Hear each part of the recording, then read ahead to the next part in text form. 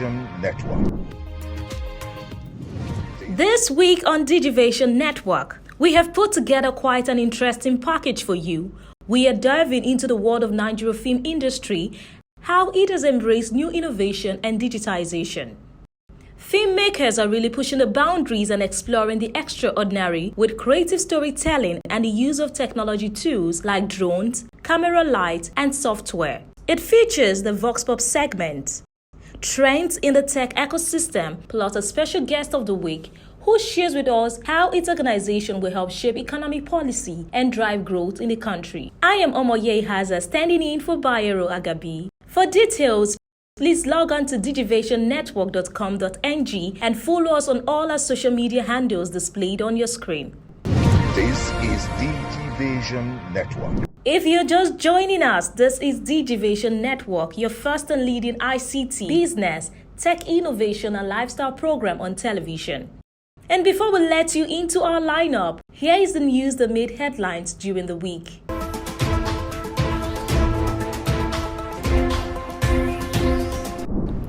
The federal government of Nigeria, in collaboration with the Ministry of Communications, Innovation and Digital Economy, has partnered with the UK-based Raspberry Pi Foundation. The aim is to nurture a new generation of digital literates and innovate young minds in Nigeria. The ministry has identified Lagos, Osun, Gombe, and Nasarawa among other states where hosts are needed that covers the 6 geopolitical zones of the country. The Code Clubs for Kids are extracurricular programming clubs designed to foster digital literacy and innovation among young Nigerians.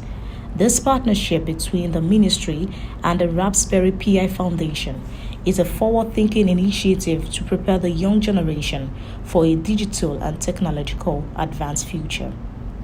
The ministry has also announced the opening of applications for host companies across the selected state, as they call on interested organizations to partner with them in activating Code Clubs in the 17 Digital Knowledge Exchange Centers spread across Nigeria.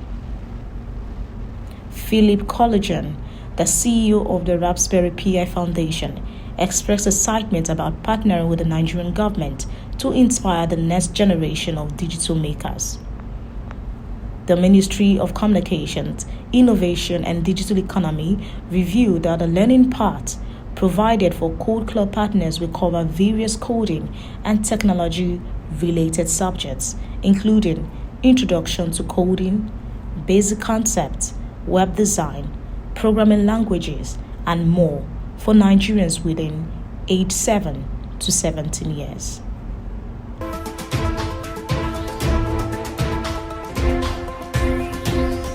The Central Bank of Nigeria, CBN, has succumbed to mounting pressure and has announced the scheduling of its first rate hike meeting in February. This meeting, scheduled for February 26 to 27, 2024, will mark the first gathering since July 2023. The decision comes after CBN Governor Yemi Cardoso acknowledges the limited effectiveness of previous rate meetings due to monetary transmission mechanisms. In an effort to combat soaring inflation, the bank in the calendar has proposed a total of 6 rate meetings throughout 2024. These monetary policy committee meetings plays a crucial role in setting interest rates and controlling inflation. As Nigeria's inflation reaches a 27-year high in 2023, experts, including investment analyst Adebayo Bakari, believes that rising interest rates remains a key strategy to curb inflation.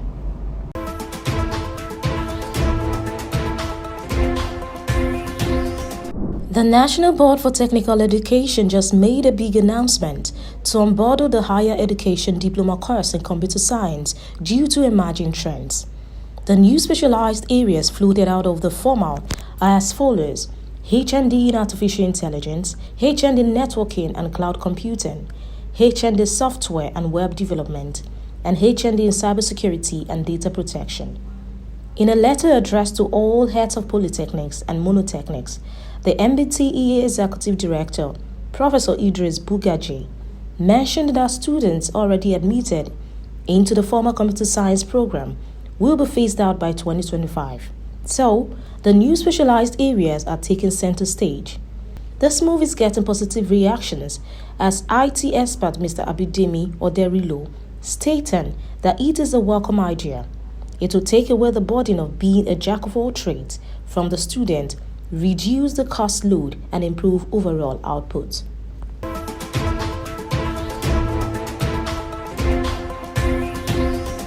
Meta, the parent company of Facebook and Instagram, is taking some major steps to ensure the safety of young users. They are introducing new settings that will restrict content and hide search results related to self-harm and suicide. These policies will build upon the existing tools that already focus on the well-being of young users. In a recent blog post on the new policies, Meta says it wants teens to have safe, age-appropriate experience on their app. They will be hiding age-inappropriate content like posts about self-harm, eating disorder, nudity, and restricted goods from teens' feed and stories, even if it is shared by someone they follow. Additionally, Meta is making it more difficult for teens to come across sensitive content by placing them in the most restrictive content recommendation settings. In the coming months, these changes will be rolled out to children under the age of 18. Meta will continue to share resources from organizations like the National Alliance on Mental Illness when someone posts content related to self-harm or eating disorder. And on top of it, they will prompt teens users to review their safety and privacy settings.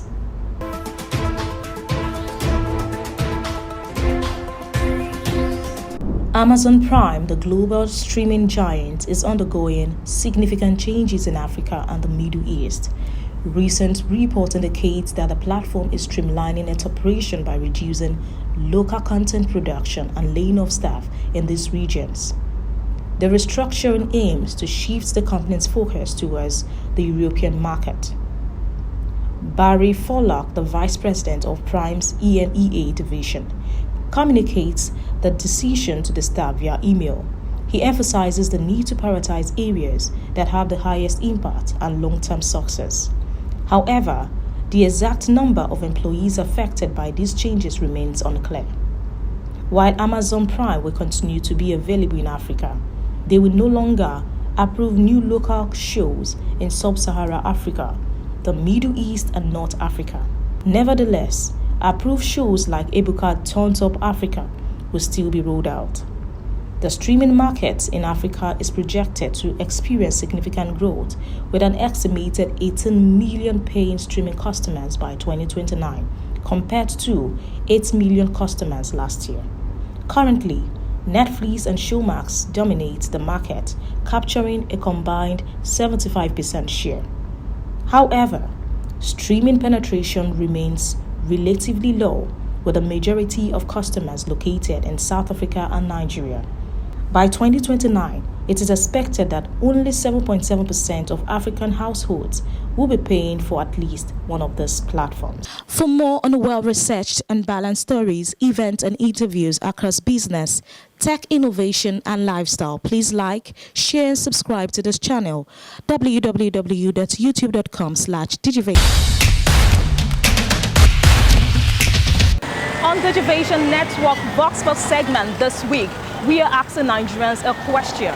With the recent developments by the Lagos State government on the immediate banning of styrofoam plastics, or let's say single-use plastic in Nigeria, the government says this is to reduce environmental pollution on our drainage system. Let's find out from Nigerians what they have to say about the banning of this single-use plastics in Nigeria.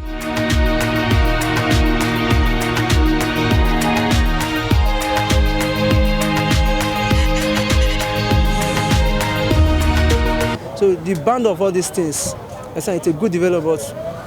For me, I would have preferred the government to come. It's a good one. Come up with maybe a better policy, like each community having a very big waste management. Those things they put sometimes even in the street. Sometimes you can even communicate with the LCD not everything about the state government. If you ask me, I will say holistically that it is correct. Because Lagos state government has tried time without number to, prevent people from, involving in loitering and, making the state dirty. And as a result, they have put a ban, and that is to ensure that the state is, in its continuous, state of cleanliness. So I think I'm in support of that. I think it's okay, but the issue is the government has to provide alternative for us to use, because I don't know what we are going to use again. We want to buy water, we want to buy plastic drinks.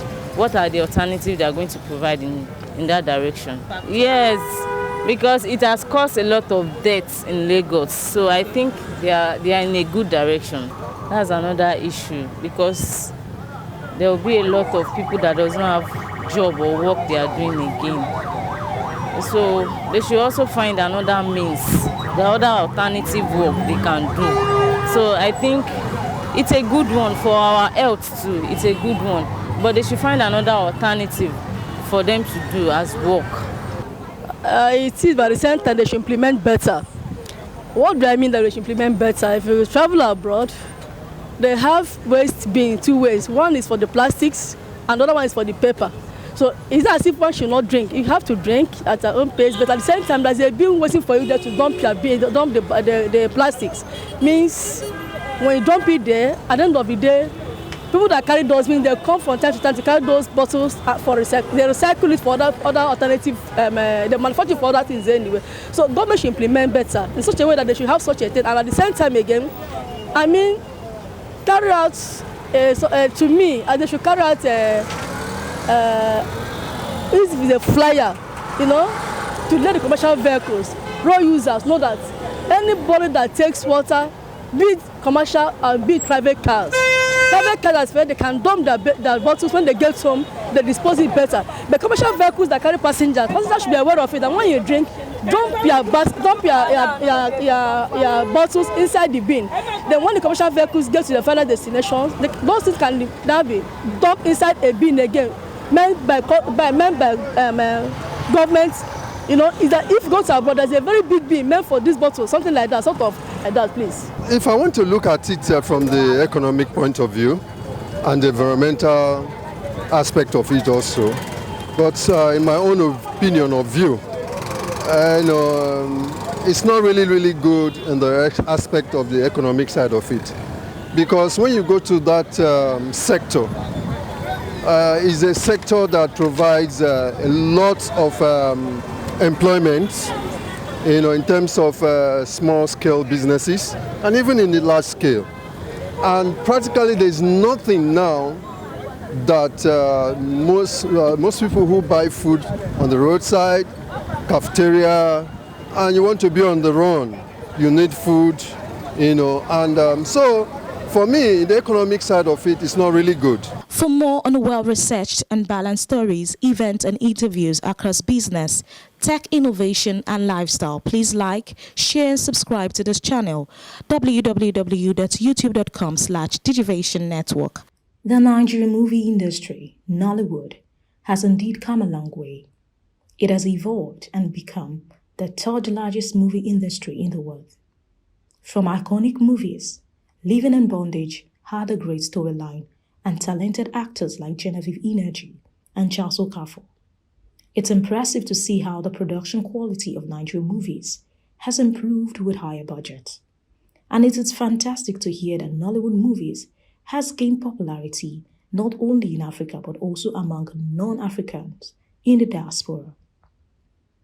It's no wonder that a research firm, PricewaterhouseCoopers, says Nigeria's film industry in 2021 contributed 2.3%, about 239 billion naira to GDP.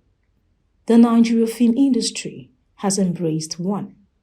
New innovations and digitization. Filmmakers are really pushing the boundaries and exploring the extraordinary with creative storytelling and the use of technology tools like drones, camera, light, and quality lens. Films like Jago Jago by Femi Adebayo and A Tribe Called Judah by Funke Akindele. These movies made a massive impact and gained a lot of attention in the industry, embracing indigenous themes and showcasing Nigeria's major ethnic group in their storytelling. This shift is really taking the industry forward in the second area of the power of social media, which is undeniable. Jago Jago trended in the UK and 17 other countries within just 48 hours of its release, making over $1.4 million in just 30 days. Funke Akindele movie, A Tribe Called Judah, is still ranking high in the list of the highest grossing movies of 2023, and recently with 1 billion views. Gang of Lagos is not left out by Jadesola Osebero and Kemilala Akindoju also made waves in the industry. It's an exciting time for Nollywood. Thirdly, in the area of global relevance for Nollywood, with different streaming platforms eager to buy content and engage filmmakers in commissioning production is laudable. This has also helped in boosting funds to filmmakers. Veteran actor and filmmaker Ehizoge Eramosela, in an exclusive interview, is grateful for where the movie industry is now, the growth and being recognized in major platforms worldwide. Back then, it was really tricky. We're just starting out. We didn't really know much, so we used everything we had at our fingertips, small digital cameras, VHS stuff, and all those kind of things. And guess what? It has brought us here. Okay. And Kenny Ogungbe of Primetime Africa at AOT 5.0 acknowledges the success of the movie industry and emphasizes the need to support music industry. From South Sudan, Ambassador Emma Kwaje of the Future Africa Leaders Award recognizes the quality and captivating uniqueness of Nigerian movies. It's good they are also in it. They've done so well with movies. They have not done so well with music. That's a fact. So we are also trying to see what they can do to favor music. Like me personally, I love Nollywood. So it's also one thing that I love about Nigeria because they have this kind of how to entertain people and all this. Me, I always, I watch almost the whole day, sometimes watching movies, the likes of, currently my favorite is Ada Kiri Kiri. She is and getting to know what they are doing, and also the industries, when it comes to music and all these, it's so beautiful. Despite the challenges of limited cinema screens, technology has opened up new avenues for distribution, such as online platforms. It's amazing to see how technology is transforming the film industry and making it more accessible to audience. Agabi, welcome you to this new Agabi. Join us.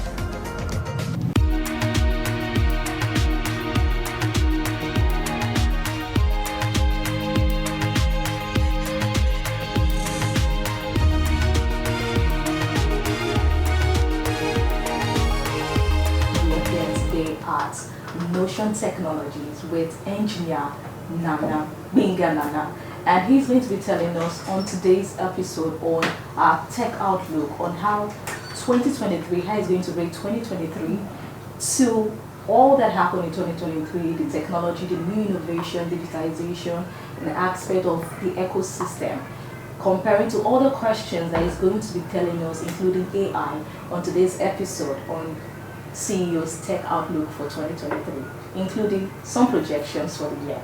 Good to have you, Engineer Bingana. It's a pleasure. A pleasure to meet you.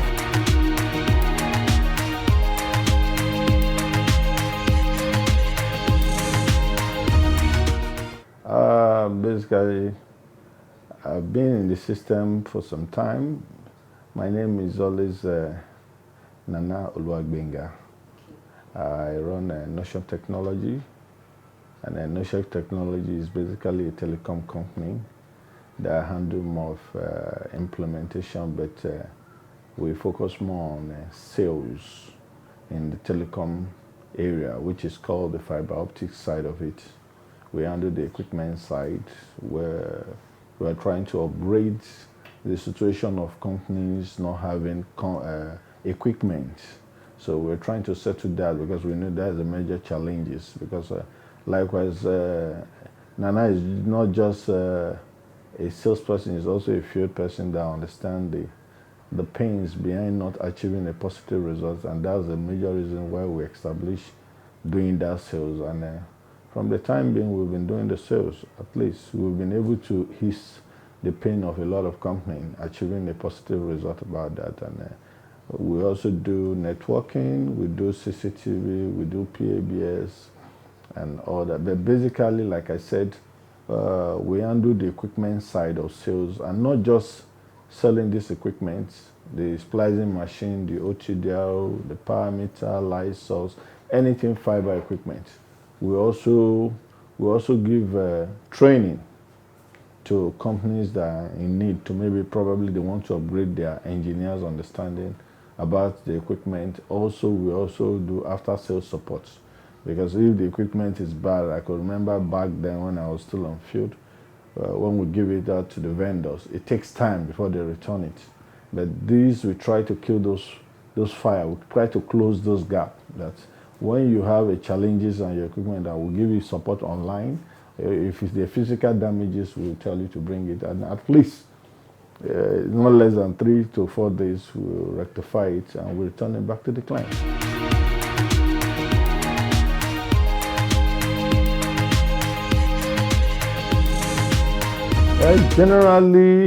Generally, I would say Nigeria are really trying, because if I will make mention of Nigeria and all other African countries, Nigeria has a very strong edge than everywhere, and which it is Nigeria, every other African country are looking up to in trying to advance their technology, which is a good edge, and which I believe we've projected that 2024 is still going to be more better than 2023, because I realize every sector is trying to upgrade.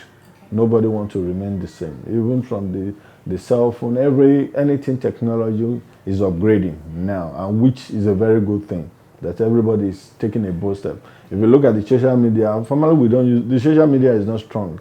You understand? So these are areas you know that it's really the technology is advancing, and everything you want to do, you need to be fast about it, because the so-called the banking thing of a thing, everybody is trying to upgrade. Initially, you go to the bank, you are trying to get, but now they try to restrict you not coming to the bank based on technology and all that. You sit at home, you do your transaction and all that. So it's 2023. It's a better for the telecom area, but I know 2024 it's much more going to be more greater, because from the structure of the things I'm looking, I know we have the better things ahead of us.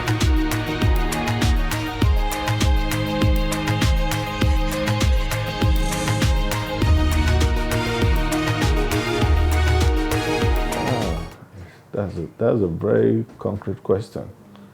It's notion technology. When it comes concerning that, is a bit tough. It's a bit tough 2023 for the shipping, you are trying to import and the rest of that. It's a bit challenging for the importers now. Anybody doing the importing thing in any area, telecom, anything now, the policy is not supportive at all. It's not encouraging, and that is why everything about the technology is even getting more expensive. So for notion technology, we're only looking of making our client not to go through the stress, and so that's why we're also trying to let's liaise with our clients in a way that we can work hand in hand. Because if we're always looking from our own side of profit, or just to make ourselves happy and our clients are not happy, there's no growth. So the growth is all we're looking at. We always say our priority is the need of meeting our client needs. So that's the area we're looking at. Anything that will make them not being happy, we're trying to close those gaps so that we can give them that happiness, whichever way it is possible.